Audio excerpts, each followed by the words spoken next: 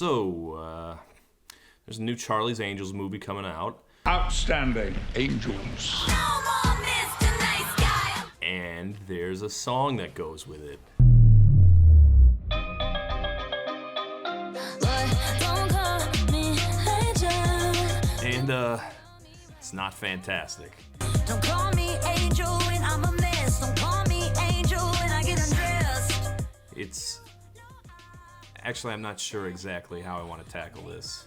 This feels like one of those things where I should be careful how I criticize it. Which is weird, because everyone hates this song and thinks it sucks.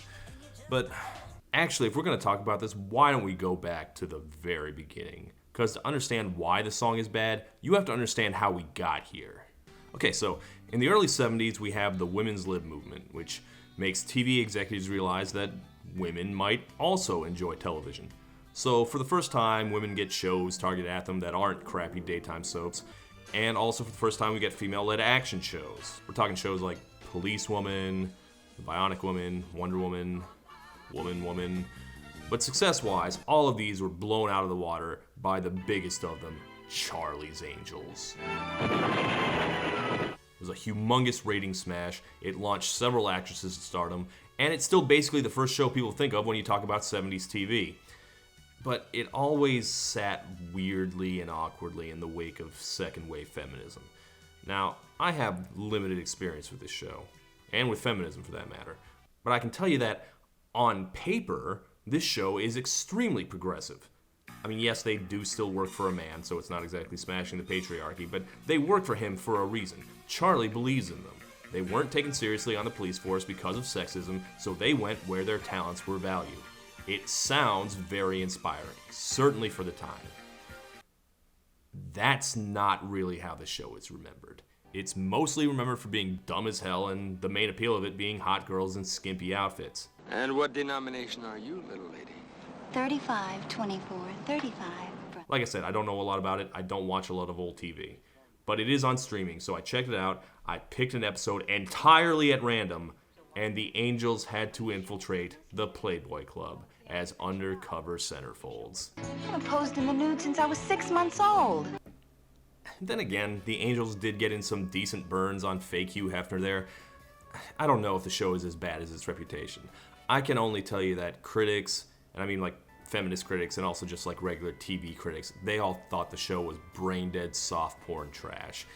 And yet, it did have a lot of female fans. I mean, the Angels kick ass, they look good doing it, so what do you want? What more are you asking for here? Don't think about it that hard. So, like, is the show positive? Is it sexist? I don't know, kinda? Whatever it is, the weird tension where it's both an empowering female fantasy and degrading jiggle TV seems to have passed down through this entire cursed franchise. The powers that be revived Charlie's Angels as a big-budget action movie in the year 2000, and that film did not give a fuck. That is a movie that absolutely wanted to live down to the show's bad rep. You know, I signed that release waiver, so you can just feel free to stick things in my slot. I was a teenage boy. I did not have high standards, but I could feel my brain melting into like Nickelodeon green slime while I watched it. Like I was insulted on behalf of the actresses. But that movie had a theme song, and if you listened to that, you'd find out that it's not a movie where Cameron Diaz rubs her ass on the camera. It's a movie about female independence.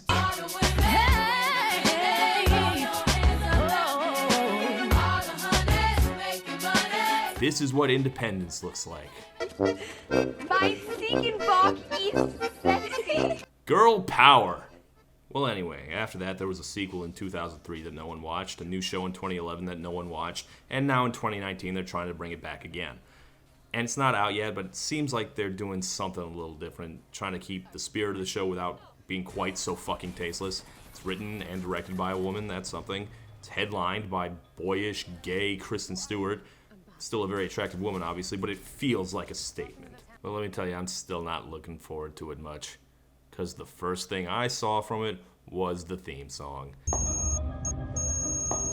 Just like the last movie, we got 3 hot ladies to sing the theme. You know, because it matches the movie. It's kind of stunt casting, but I like it when they do that. Like in Space Jam, where they got like the 5 biggest rappers to play a basketball team. Or like the 3 Musketeers in the 90s, where they got Bryan Adams, Rod Stewart and Sting to all get together so that they could combine their evil powers and finally defeat the Super Friends. But in this case, we got three of the biggest female pop stars of our time to play the part of the angels. We got Ariana Grande, Miley Cyrus, and Lana Del Rey.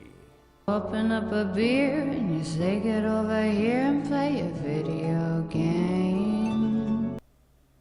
Don't call me angel. You know in Addams Family Values where the popular girls try to recruit Wednesday? Well, anyway. Don't call me angel. Look, maybe the movie will be good, maybe it won't, who knows. All I know is that the theme song, Don't Call Me Angel, is definitely continuing the franchise's weird confusion over what it's doing. And as evidence, I would like to first offer the fact that it's titled Don't Call Me Angel. Don't call me angel. The theme to Charlie's Angels is called Don't Call Me Angel. An act of self-sabotage not seen since the Ghostbusters 2 theme, Stop Busting Ghosts Already, or the Alvin and the Chipmunks theme, This Shit Is Stupid, Buy Your Kids a Book Already. So anyway, like Independent Women, this is also a girl power anthem of sorts, I guess. All my girls successful. The three of them are girl bossing it up, telling you what to do. Say my name with a little respect. Okay, as evidenced by the title, the main idea of the song is that they don't like being called angel. You know I don't like that, boy. I guess they find it demeaning. Again, a shocking statement from a movie called Charlie's Angels. And I guess that it's supposed to be empowering because they tell the boys to shut up and not call them condescending names. You better stop the sweet talk and keep your pretty mouth shut, boy. Don't call. Look, I see how that's supposed to be empowering. All I can tell you is I have seen this kind of thing before. Nice kicking. You really know your stuff, babe. What did you call me? Don't call me babe. This is from the 1996 Pamela Anderson movie Barbed Wire. This shows that she's a badass because in between getting her tits out of her leather outfit, she injures a guy's balls for calling her babe. And actually, hold on, I thought of a second thing. You want to play a little one-on-one, doll? Doll? Never call me doll. Aw man, classic. Apologies for referencing it a second time. I'm just always thinking about Space Jam. 1996, great year for movies. And feminism. Look, I'm not going to pretend I have any handle on what's good for women, but Barbed Wire and 1996 Lola Bunny are like the textbook definitions of strong female characters as imagined by stupid male writers. Like, they're bossy and aggressive, but you also get lots of close-ups of their ass. Like, that's the same feeling I get from this song. It's nominally empowering, but it's mostly about being attracted to dudes. Don't call me angel when I'm a mess. Don't call me angel when I get undressed. Miley, if you're gonna get naked, I will call you whatever you want. But hold on, like, is it bad just because it caters to guys' fetishes? Like, we're guys, we can fetishize anything. Or is it empowering if women like it? I don't know, which women? I've seen girls claim to be inspired by stuff I thought we all agreed was the dumbest TNA shit of all time. You're sexing up my body. I don't know, this is the same tedious conversation we have every time something tries to be sexy and empowering to women at the same time. I don't know, the three singers have writing credits along with a dozen other people. That could mean anything. I don't know, this is all very confusing to me. I don't feel super qualified to talk about it. But there is this. I make my money and I write the check, so say my... Miley's verse has some kind of limp gesture towards the Destiny's Child song. You know, we have money, Girl Squad, and all that. All my girls successful, and you just are guess. And then the song immediately forgets about it, but it's there. So why don't we compare it to the original movie theme? Tell me what you think about me. I buy my own diamonds and I buy my own rings. Honestly, Independent Women never really did much for me. Never really thought about why. It's just not meant for me, I guess. It's directed at women to make them feel good about financial independence. And that's not really a feeling I can access as a guy. I'm not really smashing anyone's expectations by buying my own shoes. And also I don't. My parents still buy my clothes for me. So, yeah, I can't relate. But I didn't relate to Bootylicious either, and that song's eternally great. So, Yeah, I don't know what it is. I guess the beat's just kind of stiff and overbearing, and all the movie references are extremely awkward. But it was a huge hit, and it launched Beyonce on a very long career of making women feel good about themselves, so clearly it resonated. And it's not like I can't tell why. Obviously, it feels nice to get paid and buy your own stuff and not be under anyone else's thumb. And I'm not sure the new song is connecting with people the same way. Now, these last few years, I have gotten to know all sorts of reasons women are annoyed at men. Mansplaining, manspreading, man-terrupting. Please, God, don't let that one take off. But being called angel? It's a new one on me. Is that like a major concern in women's lives? But don't call me angel. Angel? It's so specific. Like, are you regularly catcalled by 1940s private eyes? Hey, Angel, could you fetch me a drink? But hold on, wait. Is there more to it than that? Is it more than just Angel being patronizing?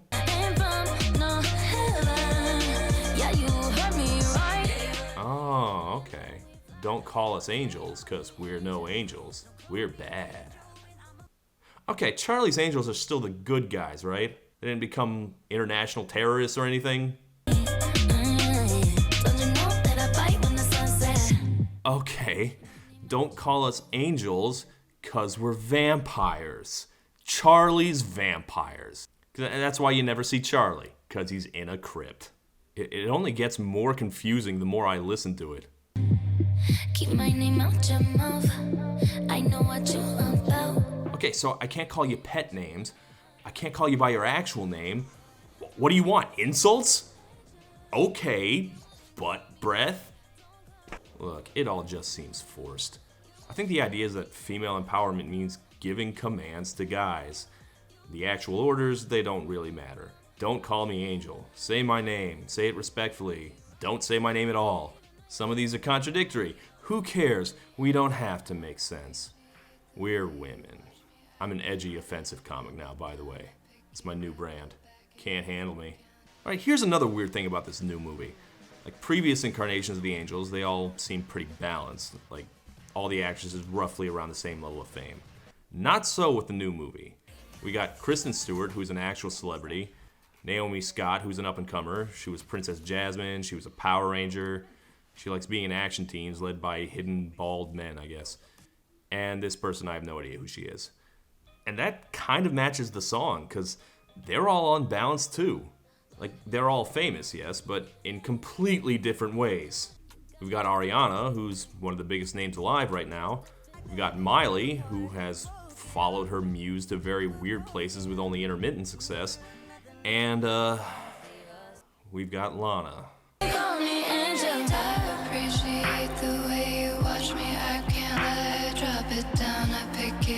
What the fuck is she doing here? Lana Del Rey has made vague gestures at mainstream stardom in the past, but she's an indie chick. She's not a pop star. Like, maybe she should be a big star, seeing as a whole bunch of pop singers who came after her have been biting her style, but she is simply not that person.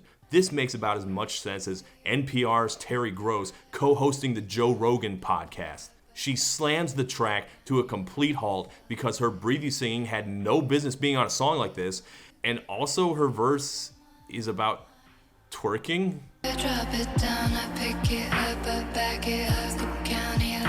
Like, as always, Lana Del Rey sounds languid and detached and vaguely sarcastic. So I can only assume Lana Del Rey twerking is like her bending over slightly and then straightening back up. Honestly, I'm not even sure Lana's on the rest of the song. They use her kind of like a guest rapper. Like, this is the spot where Ludacris or Nicki Minaj is supposed to jump in, spit a couple bars, and then fuck right off.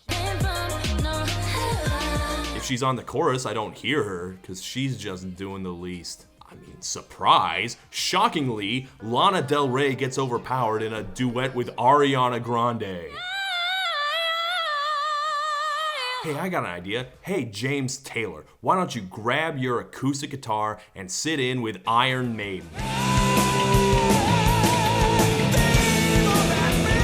Could you strum a little louder, James? Can't quite hear ya. who in God's name decided the third angel should be Lana Del Rey? Like, I'm just throwing this out there. Charlie XCX? Charlie's Angels? Charlie XCX? Wouldn't that work? I guess Charlie's not big enough because she's, the pop star of the future. She will be forever. But actually, I can barely hear Miley either. And Miley does have a pretty powerful voice. I think they just wanted to keep it mostly Ariana's song since she's the biggest name right now. Honestly, I think they should have given it more to Miley. It's basically identical to Miley's last song. She's got the sharper voice, and she sells tough chick way better than Ariana's feathery, fluffy vocals. Look, I don't know. Whenever I hear any of this girl power stuff, I feel like I'm trying to grade it like it's a gender studies thesis. I'm doing too much here. The song doesn't work because it's a shitty song. I haven't heard Independent Women in a decade, and I still know every note. This drops out of my head immediately. And that's probably why its debut has been kind of disappointing. It may stick around anyway, the film isn't out for a while, but if it does stick around, it'll be for the same reason that awful Sheeran Bieber song is still around, because it sounds enough like nothing that no one objects to it. Honestly, just like Sheeran and Bieber, I suspect the three ladies have only ever met through green screen. Most of all, it's just a bad advertisement for the movie. Like, the movie looks like it's trying to be funny and fun at least. This is no fun. It's self-serious and boring, and it sabotages the movie. Like, this November, go see Charlie's Angels. But don't call them that, because it's a sexist term. So feel bad for watching it when you do.